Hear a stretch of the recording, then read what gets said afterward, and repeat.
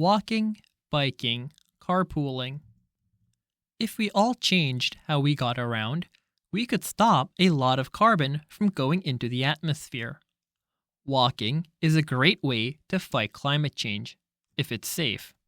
Or biking, again, if it's safe, and with a helmet on.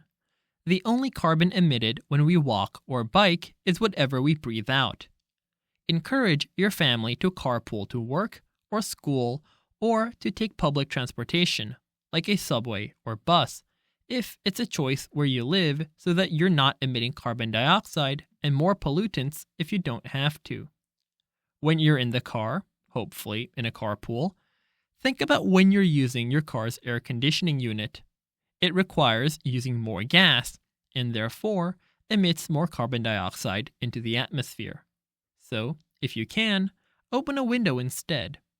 And when it comes time to get a new car, if your family can afford to consider electric cars that use electricity instead of gas, or hybrid cars that generally use a mix of gas and electricity, switching from a traditional car fueled by gasoline to one fueled at least in part by electricity can lower your family's carbon emissions and water footprint.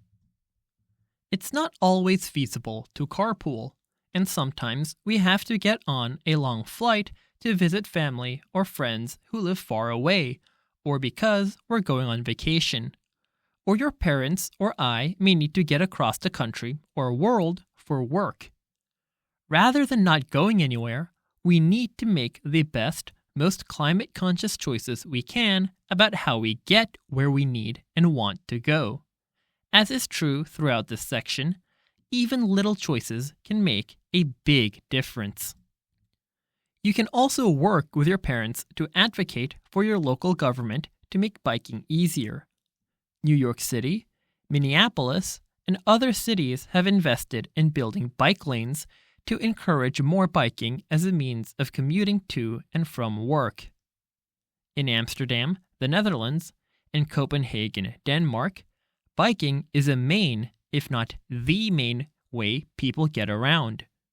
You can ask your hometowns to think about ways to make biking easier and driving to have a less of an impact on the environment.